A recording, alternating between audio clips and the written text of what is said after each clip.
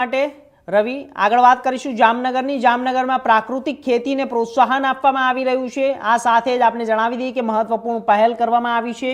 રાજ્ય સરકારની સૂચના મુજબ શહેરમાં પ્રાકૃતિક ખેતીના ઉત્પાદનો માટે મોટું વેચાણ કેન્દ્રનો પ્રારંભ કરવામાં આવ્યો છે। જિલ્લાના પંચાયત પ્રમુખના હસ્તે આ કેન્દ્રનું ઉદ્ઘાટન કરવામાં આવ્યું હતું અને આ વેચાણ કેન્દ્ર વર્ષના 365 દિવસ કાર્યરત રહેશે, જ્યાં પ્રાકૃતિક ખેતી કરતા ખેડૂતો પોતાના ઉત્પાદનનું સીધું વેચાણ કરી શકશે અને આ વ્યવસ્થાની ખેડૂતને તેમના ઉત્પાદનોના યોગ્ય ભાવ મળશે, જ્યારે નાગરિકોને રસાયણ મુક્ત અને સ્વાસ્થ્યપ્રદ અનાજ, શાકભાજી તેમજ અન્ય કૃષિ ઉત્પાદનો એક જ સ્થળેથી સરળતાથી ઉપલબ્ધ થશે।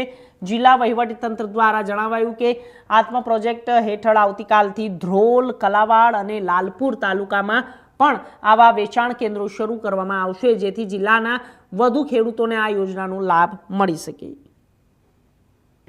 જરાક બસ રેડી હજી ના હજી ફેમ પૂરું બસ રેડી જી સર।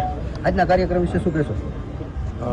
ગુજરાત રાજ્યના માનનીય ગવર્નર સર અને ગુજરાત રાજ્યના માનનીય મુખ્યમંત્રીશ્રીની પ્રેરણાથી તમામ જિલ્લા મથકોએ અને તાલુકા મથકોએ પ્રાકૃતિક ખેતીથી પકવેલા માલ સામાનના વેચાણ માટેના કેન્દ્રો ખોલવાની સરકારશ્રી તરફથી સૂચના મળેલી હતી।